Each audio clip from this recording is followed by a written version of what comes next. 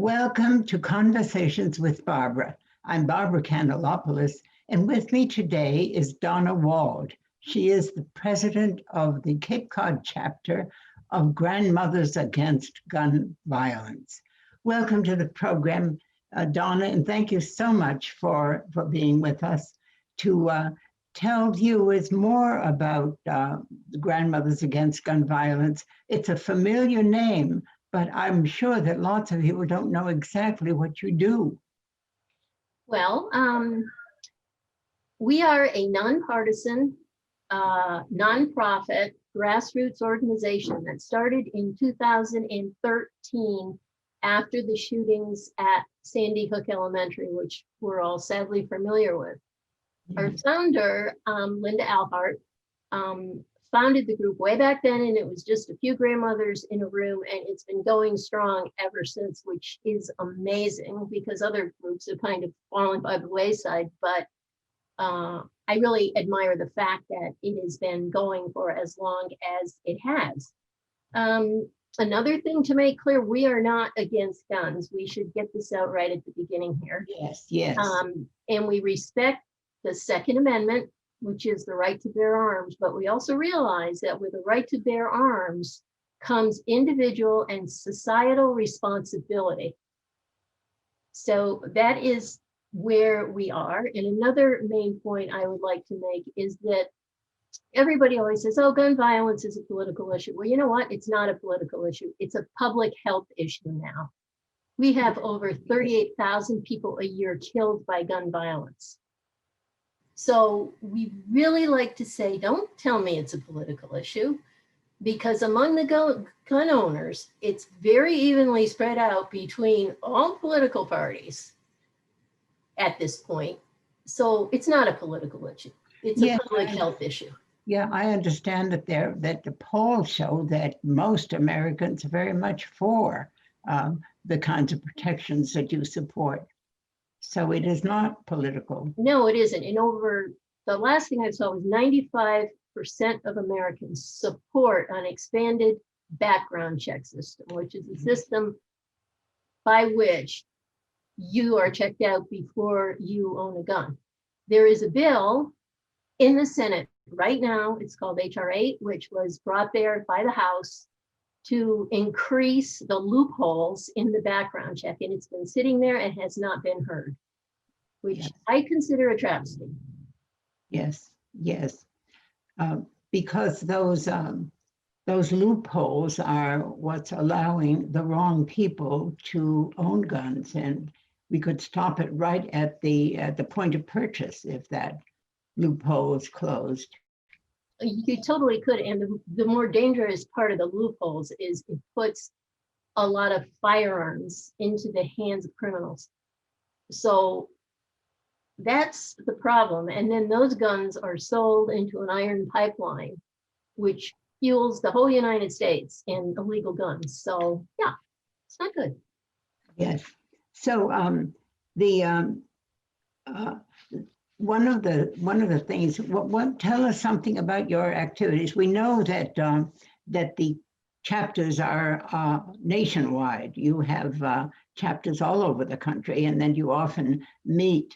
And these days, you're having Zoom meetings with other chapters. But what sorts of activities are you involved with?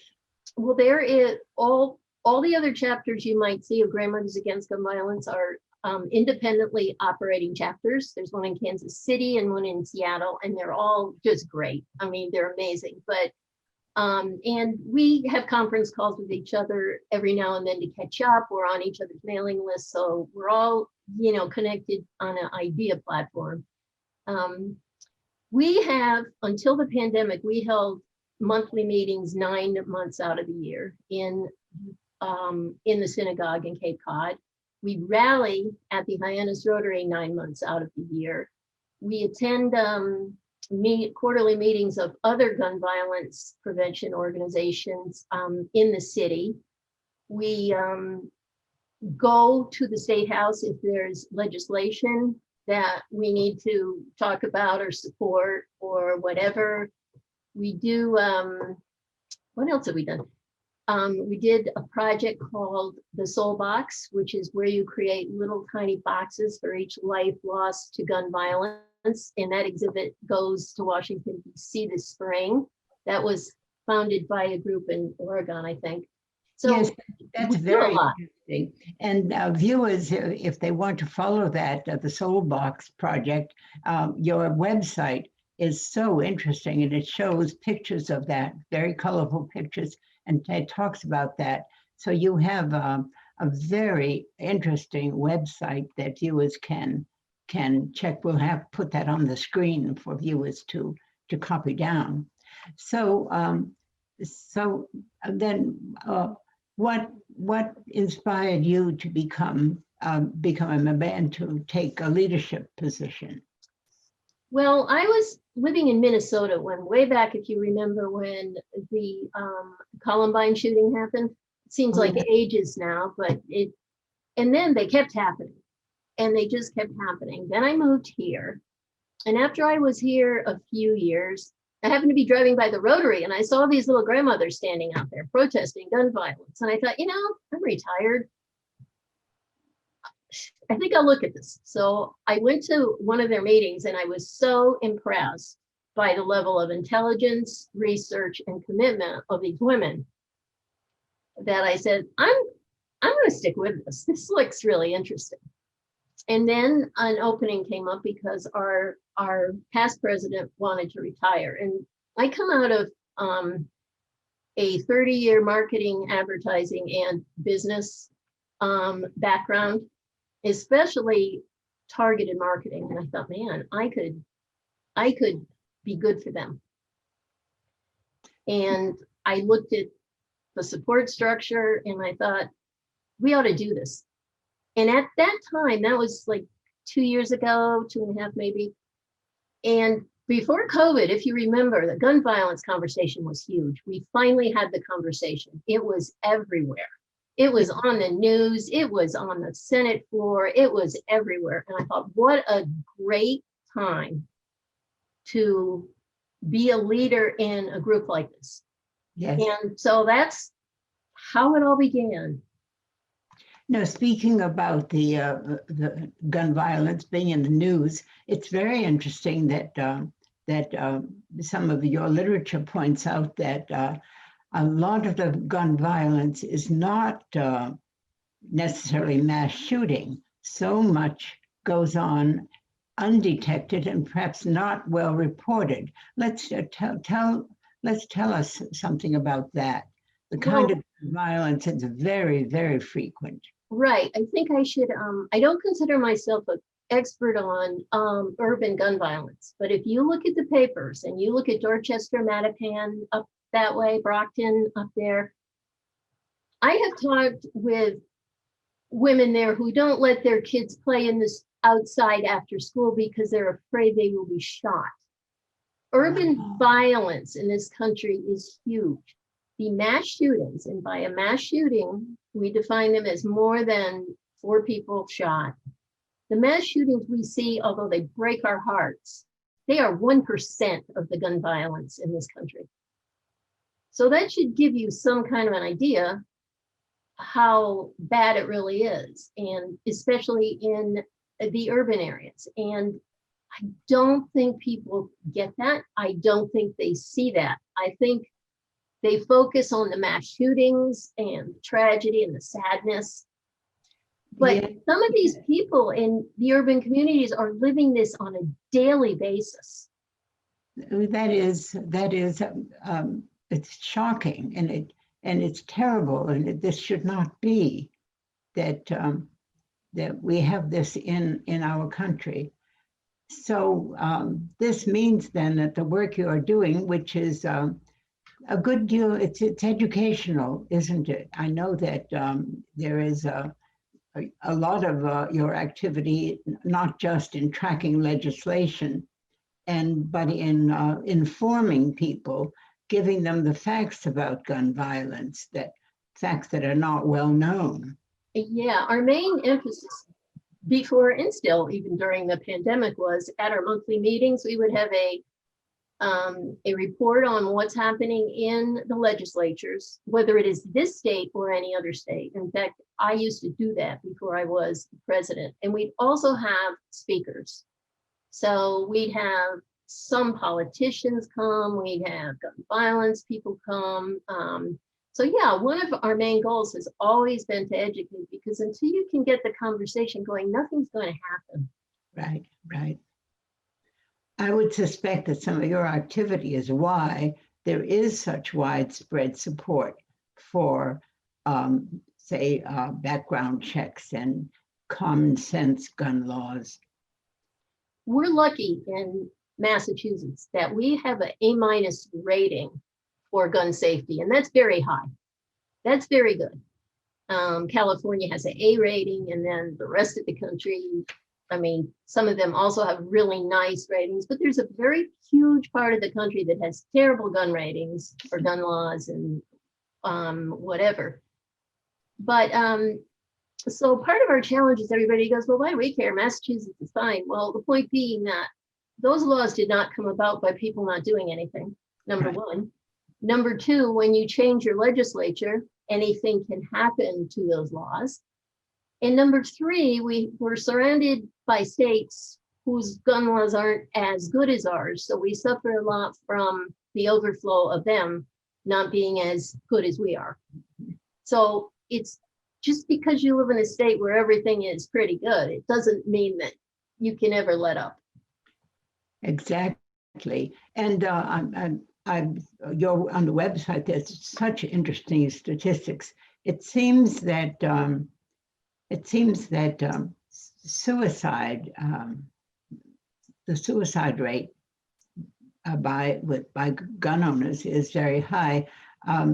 This is still the case that the states that have the largest number of gun owners also have the largest rate of suicide. That's really interesting. There's a lot of good research done by the BU School of Public Health on suicide, and I would encourage people to go to that website and look at the recent series on suicide. They have done so much research on this. The suicide rate is high among older white men. It's also high in rural areas because there are so many guns in rural areas. And you know, our whole platform on that is in suicide, the means matter, which is if your means is a firearm, you are 85% likely to die from a suicide attempt. Whereas if it's drugs or whatever else, the rate is not that high. Another thing to make clear is that often people that attempt suicide with a gun do not go on to die of suicide if they survive. So what we like to say, and we say in my new campaign, which I'd like to talk about, is suicide with a gun is a permanent solution to a passing problem. And that's the sadness of it. Yes, yes. The idea being that the person contemplating suicide at any moment, particularly with some intervention, can change and not want to die. So yeah, it makes it just too immediate, too quickly before one can have second thoughts. Yes, that's so important for people to understand. It is. Another great site I'm going to throw out is the American Foundation for Suicide Prevention. It's afsp.org. They have a great site, and I would encourage anyone to go there and look at it because it's an amazing site and they do amazing work. And what are some of the other areas that of information that you are working to make sure that people have that and understand it with respect to gun ownership? Okay, well, I'd like to show you something. This is our new campaign. You can save a life now. That's also available on our website on our homepage. You just have to click. It's laying right under the top bar. And I'd like to get into that because aside from urban violence, there are a lot of predictable, preventable gun tragedies. And I would also like now, especially to talk about COVID, because what has happened during COVID with us all isolated, some people losing their jobs, a lot of frustration, a lot of depression. Those are all triggers for gun violence in the areas of domestic abuse and suicide. So we're in a particularly dangerous time. Plus, we have a bunch of new gun owners, which I'm sure you have all read, and let me find it here. From January to June of this year during the pandemic, there were 2.5 million new gun owners. So we're talking new gun owners, and because places are closed, this is gun owners with no training or anything. I mean, this is like fresh up new gun owners. And on top of that, before that, we had 50 million Americans owning 300 million guns. So you need to understand the scope of the problem. So our new campaign, when we got going, COVID was not even around. We started writing this last November. And we thought, look, just having, and statistics prove that having a gun in your house, you're 5 times more likely to have something bad happen. And that percentage is higher than your rate of protecting yourself from an intruder. So yes, I see. That's so ironic because the owner thinks that the gun is going to be there to protect, and yet it turns out that it doesn't. Yeah. So let me start out with our first category on our new brochure is safe gun storage, lock it up. There is a law in Massachusetts that you have to have your gun locked when you're not with it. In other words, when you're not using it, it has to be locked, your ammunition stored separately, locked also. And that is so things don't happen, like your children getting a hold of it and shooting themselves. Mm-hmm. And it's also important to know that one of the major reasons for break-ins, both in harmed cars and homes, is searching for firearms. So if you leave, everybody's out of your house, you leave your firearm on the nightstand, somebody can break in, get it, and use it in a crime. Yes. Another thing to know, and we'll get into this even further, is some of these mass shootings have happened because kids got access to unsecured firearms in their own homes. So leaving a firearm unsecured is irresponsible and it's dangerous. Now, if we move on to another preventable, predictable tragedy, domestic abuse. Let me get down to domestic abuse. Every month, 53 women are shot or killed by an intimate partner, and 4.5 million report being threatened with a gun. So here we are again. It's a dangerous situation. People are home with each other more. Tensions are high. Very bad idea to have a firearm unlocked. And in some cases, even, in the home. In Massachusetts, we passed a new law a couple of years ago, right after the Parkland shootings, called the ERPO, which is the Extreme Risk Protection Order, in which anyone, family member or police, can go to the court and ask for a firearm to be removed from anyone they perceive to be a danger to themselves or others. And so often we hear about someone who has used a gun and shot someone who turns out to have mental health problems.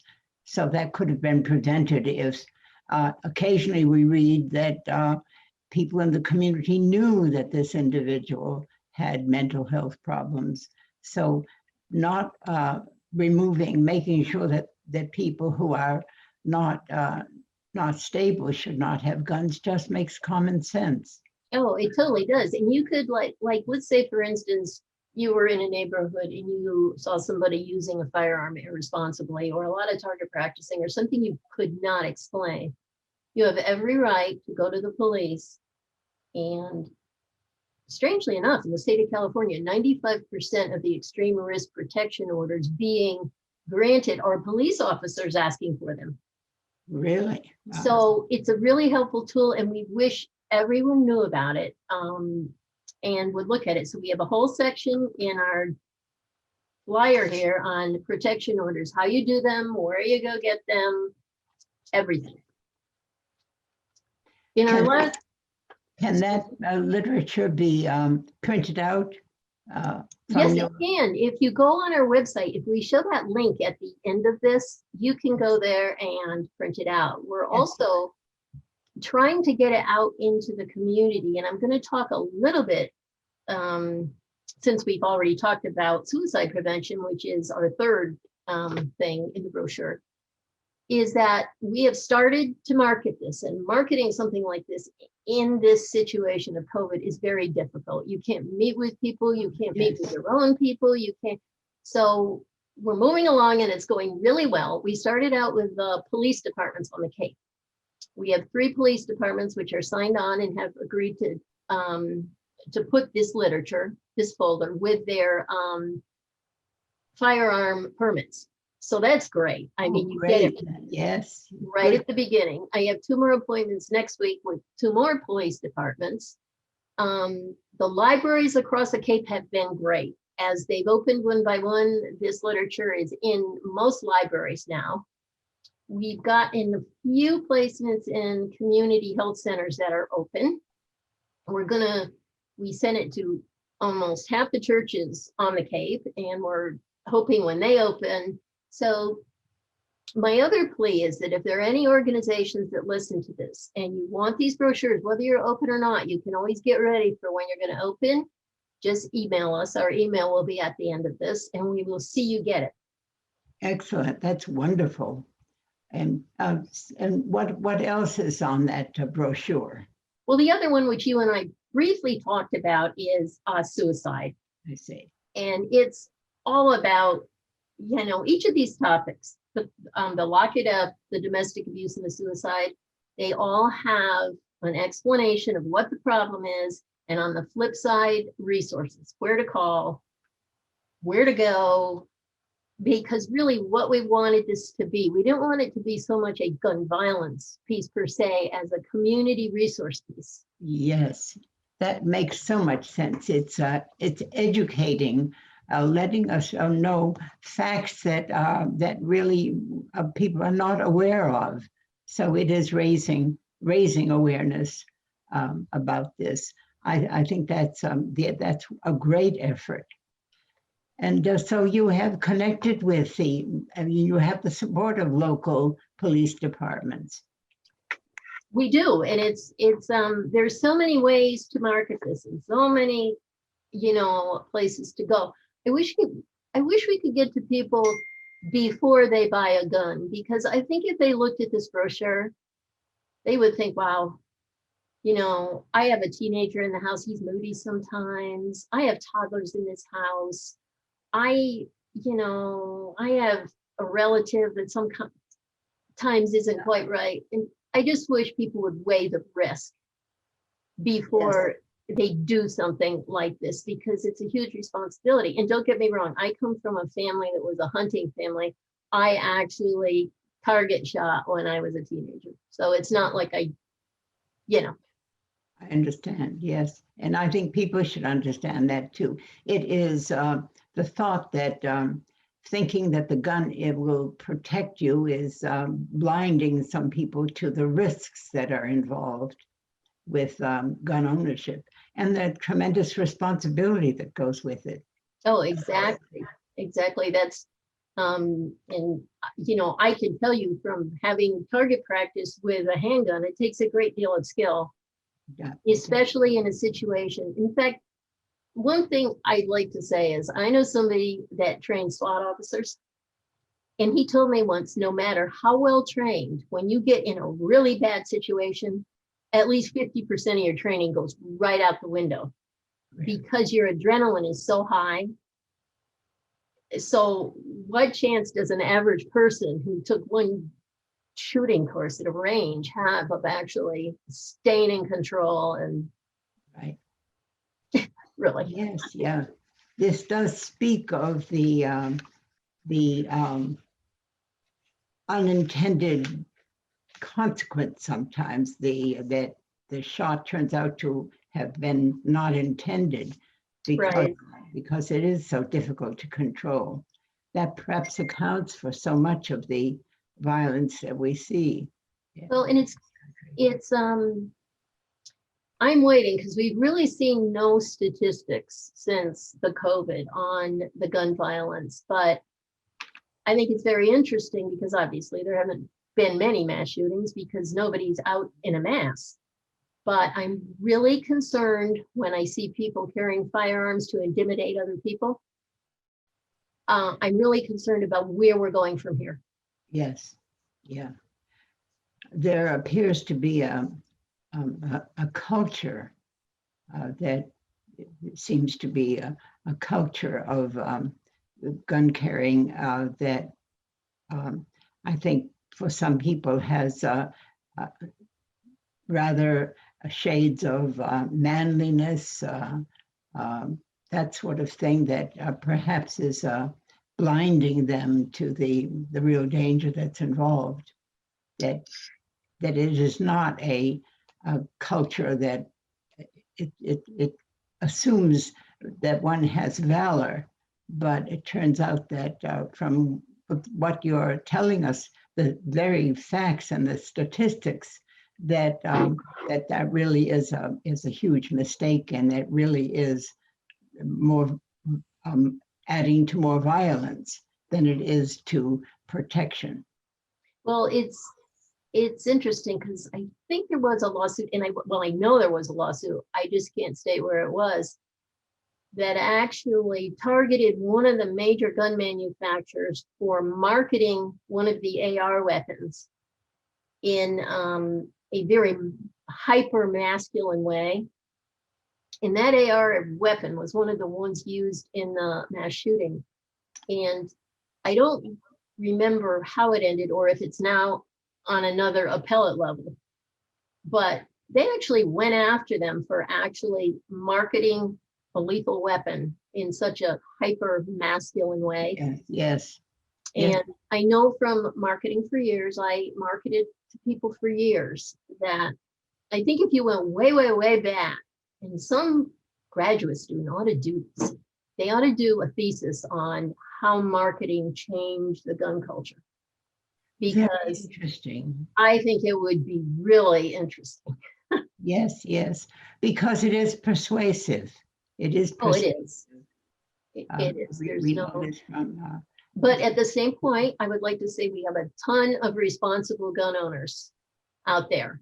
We Yes. have a ton of people who don't want to see their sport tarnished by everything that's going on alongside this.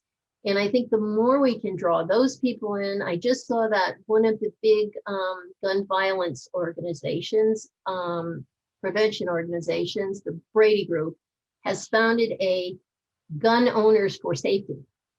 Oh, very nice. Really cool. I saw about 5 different states. There's 5 different chapters now, and I'm going to try to get in touch with them because that's the way to go on a lot of this, because you have to get the gun owners to talk to the gun owners. Yes, and this issue to first of all depoliticize it. Conversation can begin when it is not seen as political. It can be seen just as as you said earlier, a public health problem that has nothing to do with one's political persuasion. Oh, exactly. There's no reason it should even be political. It's like smoking was, Yes. It's a public health issue that we have to figure out Yes. how to make it better. And I really feel we have a lot of responsible gun owners out there, at least 95%, who would be with us on some very rudimentary changes. Yes, yes. So what activities are you looking at for the near future, with even with COVID? Well, we're going to keep marketing this brochure until we get rid of all of it. Well, that producing that kind of literature is expensive. What do you do for funding? We rely on dues. We have 100 dues paying members. We also have a lot of people that from time to time are really charitable and will donate, which we really appreciate, because this year has been really rough, and we funded to market this brochure, but we didn't fund well enough to market it in a time of COVID where everything's more expensive. You're mailing things, you're shipping things, so we're always looking for donations, which anyone could do on our homepage. Great.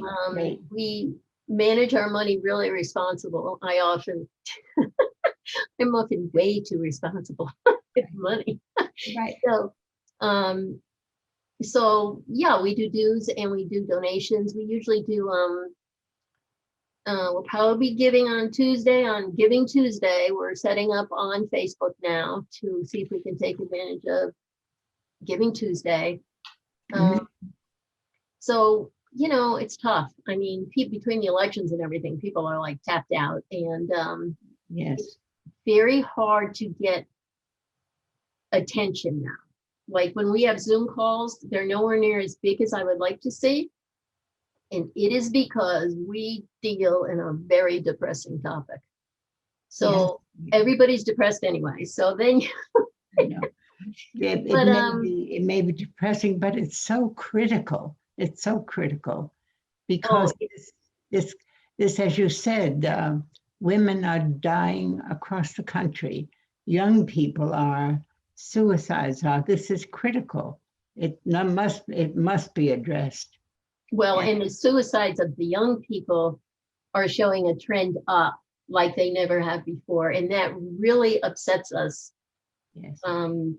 Almost more than anything, because for a while it was just older people, which was bad enough, but then when we see our youth with the COVID and everything being impacted, it's heartbreaking. It is. And so the work you're doing with education is critical. And the more information like this, the quicker people will come to understand the real dangers that are involved with, or the dangers and the need for responsible gun ownership. Right. Yeah. No, go on. I've always thought that this country is a country of conservative change. I think it really is. I think things change slowly. And I remember I heard a very well-loved politician speaking the other day, and he said, I always considered my job as a relay race. I never thought I could be the one to solve anything totally by myself, but I had to be the one to carry the baton, to pass it on to someone else. And that's kind of the way I feel. You're never going to solve a problem by yourself, but if you create awareness, you get going, somebody else is going to pick up on that. So that's kind of the way I feel, although it gets depressing sometimes. Yes, gradualism isn't exciting. People want change immediately, but gradualism, the gradual approach works. And I think as we look at history and the changing cultures, it is always gradual. It's so gradual, we don't even recognize the change sometimes. All of a sudden, we just say, well, isn't this always the way it was? Wouldn't that be wonderful that we will one day be able to say, because there is no problem with guns, we'll be able to say, oh, wasn't it always this way? Right. We don't remember all the rest of that, which is... Yes.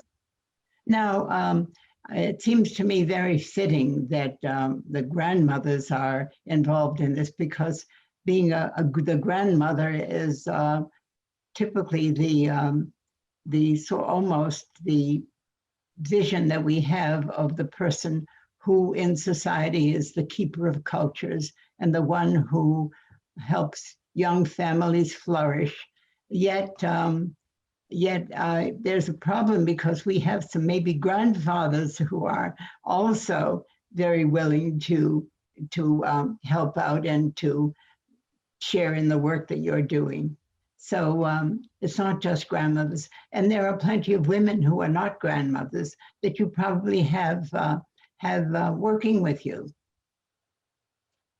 We do, and our name Grandmothers Against Gun Violence is really limiting because it's grandmothers, but we have never ever, in fact, before the COVID, we were thinking of having an open house last year to actually address that we aren't just grandmothers. We'd like young women, we'd like grandfathers, we'd like men, we'd like young people especially. I would love to get involved, and we've made a few strides in that area. But the name should not be limiting. We you know, it takes a great deal of money and whatever to change a name. So we kind of stayed away from that for now, maybe not forever. But no, we're all in this together. We're in all these things together. Yes, we are. And Grandma, I'd like to say one thing about this group, because this group is a bunch of really bright women, some of whom have had great careers, which are mind-blowing, and very creative. We have never come up across something that we said, oh, we're just going to give up on this. You know, it's there's always an idea, there's always something. And it's also a very a group of women that's very generous with their own resources. Very nice. And so anyone who wants to join, and you certainly have made a great case for joining, they can find the way to join on the website. Yes, you can. And if you feel like you want to join and you want to kind of pay dues, you just go on our donate. If you find maybe, well, I don't really know, let's see what these people are about, go to our Gmail account, leave us your email, and request to be put on our mailing list, because then you get a chance to see, you know, what we do, and then you can go on the website too and just walk around and, you know, see, because not everybody wants to join straight up. But so there's a number of ways, and we'll show you those at the end, I hope. That's, and I like that. It's a very personal touch, isn't it? That for somebody who is interested, that they will email you and get a response from that. Well, I cannot thank you enough for giving us this very important information. And so I wish you well in the work that you do. And I know that viewers join me in thanking you. We're very grateful for that work that you do. Well, I'd like to thank you all for having us, because all these exposures are good. And I just want everybody to stay safe out there. Yes. Thank you. Thank you very much. And thank you, viewers, for tuning in. And we'll look forward to seeing you next time on Conversations with Barbara.